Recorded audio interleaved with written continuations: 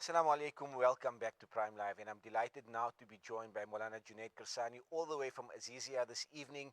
Maulana is part of one of the tour groups in Saudi Arabia taking the people on Hajj. Alhamdulillah, Maulana, Assalamu alaikum, welcome to INX Prime Live. Maulana, if you could please unmute your mic. Assalamu alaikum wa rahmatullahi wa barakatuh. Jazakallah khairan for hosting us and for the opportunity live from Makkah to Mukarramah, Masjid al-Haram this evening, just waiting the Isha Azan in a few minutes' time. Alhamdulillah, Maulana, you are so blessed. I can see you in the Haram in Makkah. What's the atmosphere like? I think it's just like a few minutes until we join for Isha Salah. Well, alhamdulillah, many people have arrived in Makkah to Mukarramah. And as per standard practice, many of the GCC countries, the areas around here, as far as Egypt and North Africa, they tend to arrive round about the first, second of Zil Hijjah for the purpose of Hajj, alhamdulillah.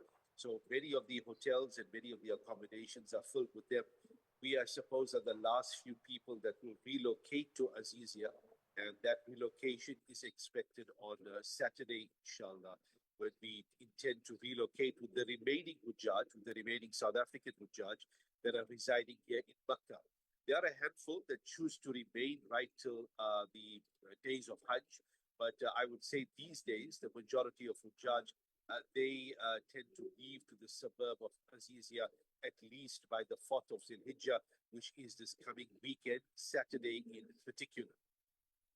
Mentioned that most of the South African Hujjaj are already in Azizia. We do know that the atmosphere in Azizia is also quite electric, if I can mention it, but there's no better place to be than in Makkah, listening to the adhan from the Haram. Tonight being a Thursday night, I'm sure Sheikh Ali Mullah will be performing the Isha Azan. That's the normal. Just for our viewers out there, for the last few nights we've been watching the Salah live, the Imams of the Haram, and the recitation has been absolutely amazing and beautiful. Just speak to us about that and the feeling you, as somebody being in the Haram, listening to Sheikh Mahir, Sheikh Yasser Al Tasari reading. How does it make you and the Hujjaj feel, especially knowing that we listen to them on the radio, we watch them on TV, but being there live and listening to that recitation? Yes, alhamdulillah, absolutely elated. I mean, we hear the recitations of these Aimma over the radio, over the various media platforms over the course of our time in South Africa, but to hear the recitation live and also to reflect on the recitation, I would always invite Hujjaj and Mu'tamirin, those who are doing Umrah, to not only listen to the recitation, but also attempt to reflect on the meaning of the ayats of the Quran Kareem. So then when Sheikh Bahir, and especially the shuyukh in Medina to Munawwara, alhamdulillah, I think the Hujjaj can attest to the fact that this year Medina to Munawwara had some excellent readers of the Quran Kareem, excellent Qurra for all the salahs for that matter, for Fajr, for Maghrib, as well as for Isha. But what would certainly enhance the experience is that where we reflect on these major surahs that are recited. Granted, it may not be possible for the average Mu'tabir or Haji to reflect on the meaning of all the ayats of the Quran Kareem that are recited, but at least the major surah, Surah Yasin, Surah Waqia, the last 10 surahs of the Quran Kareem that are quite often recited now during the periods of Hajj, it will render ourselves to be a great service to ourselves, that when these when these great scholars or these Qurra recite the verses of the Quran Kareem, it not only has a melodious impact on our ears, but it also has an important message to deliver unto us. And that is the intent and the purpose of the Quran Kareem, is that it drives a person upon practice, alhamdulillah. Alhamdulillah, I think such profound words and the importance of understanding what we're reading. You couldn't have said it better. Mulana, just for the benefit of our viewers out there, we know you're in the Haram in Mecca. We know that there are a lot of different rules, especially for people who've been maybe 3-4 years ago. If you can explain to our viewers out there where exactly you are in the Haram at the moment, and also with the barriers and the different entrances that are opened, because I was there a few months ago and it was a very big shock to me to know that you're only allowed to enter certain entrances. You're not allowed onto the mataf if you don't have an ihram on. What's that been like for our Hujjaj, especially from the Yusra tour group? Yes, it's a challenge, I suppose, for all who judge from across the world, including our group as well. The reality is that you are not on your way for Salah at least an hour before Salah. You are going to get shunted somewhere on the, outside somewhere. It's very unlikely that you are going to find a good spot. This is the reality. So, for example, Maghrib Salah, if the Maghrib Adhan was about 5 to 7, the reality would be is that you would be on your way from the hotel about 5 past 6 in order for you to be accommodated inside. And right now we are basically sitting from Maghrib to Isha. It does make no sense whatsoever for a person to leave their spot between Maghrib and Isha. The same will apply for Fajr, and the same generally will apply for Dhuhr and Asr as well. So the challenges are no doubt there. We're not used to walking long distances. The reality is that from the time you leave your room, getting down to the foyer of the hotel and walking towards the mataf, you could easily do about 1.5 kilometers by the time you find a spot. And then to repeat it 4 or 5 times a day, it becomes a challenge for especially our senior and our older Hujjaj. So at this point in time, we advise them to do your best, to attempt to, the younger ones, to attempt to sit in the Haram Sharif, take your kitabs with, take your Quran with. Of course, you've got your phone with, so not that we want you to make calls or whatever, but in case you need to quickly answer a message and to stay in touch with the rest of the world, you've got water here, you've got Zamzam here, you could probably take a snack, in that shoe bag of yours. But certainly it is a challenge for those with mobility issues. And already from the 1st of Zil-Hijjah, we had advised them that, listen here, you know your challenges, even if it means you coming to the Haram once or twice in the day, but it's important for you to reserve and preserve your energy levels ahead of the days of Hajj, which we eagerly anticipate in the middle of next week, inshallah. So yes, those challenges are there. You will generally be pushed towards the new section of the extension, what they refer to as the third and the fourth extension of the Haram Sharif. In order for you to be on the mataf, you will have to be in a state of ihram. They will expect you to be, in a state of doing umrah for that matter. And during the course of the day, if you do want to do the regular tawaf, it does open up for you to go to the mezzanine, the top level as well.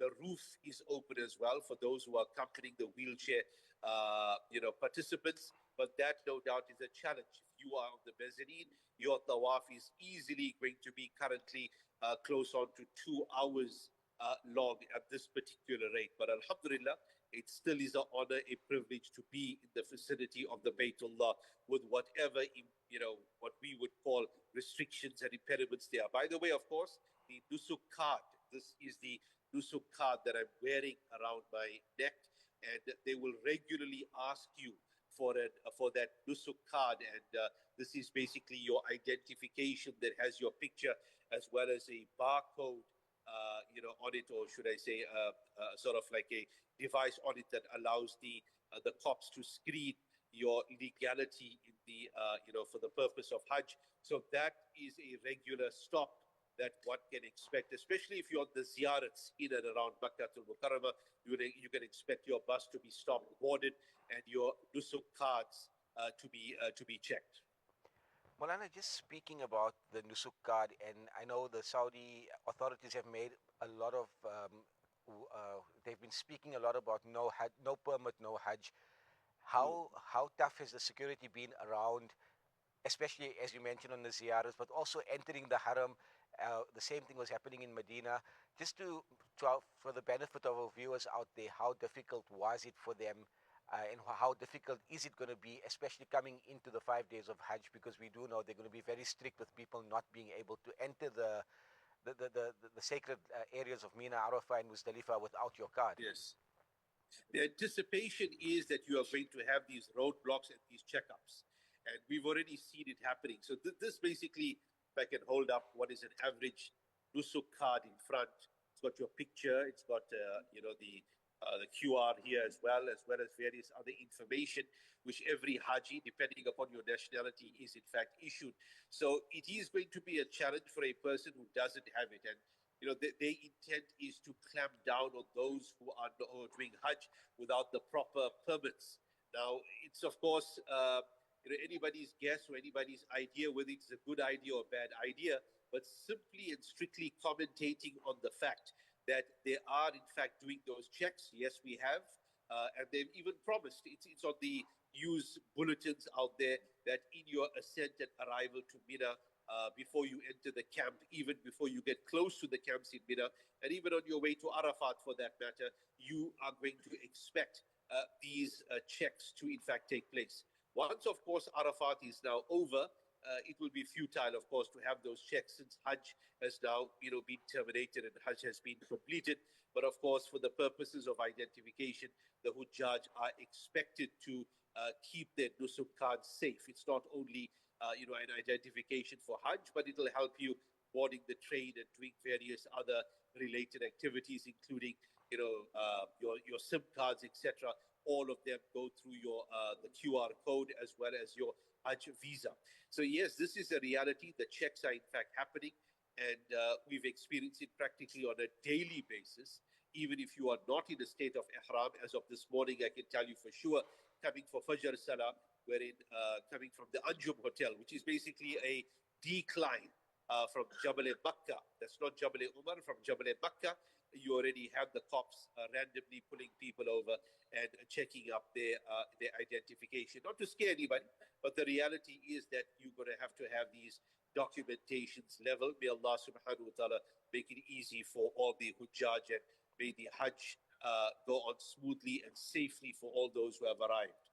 I mean, Mulana, we know that Hajj is just a few days away. I'm sure the excitement within your group, within the group of people you are with, is building at the moment. I'm thinking about what's the feelings in the group at the moment. I'm sure most of the Hujjaj are first-time Hajis who haven't performed Hajj before. What's the feeling? I know a lot of people have this fear about going into Arafah, going into Mina, but also that excitement knowing that this is the beginning of the most wonderful journey of your lifetime. Yes. The feeling is mixed. You have that apprehension, you have anxiety also, you have excitement. So I suppose it all depends upon the Haji, how they have prepared themselves, and the nature of the emotional well being also at the same time. But, on a daily basis, hidayat and guidance are given by our ulama, of our scholars. And this helps to calm and to set the mood, and of course, ultimately to prepare the Haji, which we hopefully will, inshallah, at the time of Mina, will in fact have the best possible experience. So I suppose over to the studio right now, you can hear the Isha Adhan taking place in the precincts of Makkatul Mukarramah. May Allah subhanahu wa ta'ala keep us well. Mulana, Jazakallah so much for your time. Please remember us all here in South Africa in your du'as, the people in Palestine especially, and a special dua for our country. Mulana, Jazakallah so much for your time. Assalamu alaikum wa rahmatullahi wa barakatuh.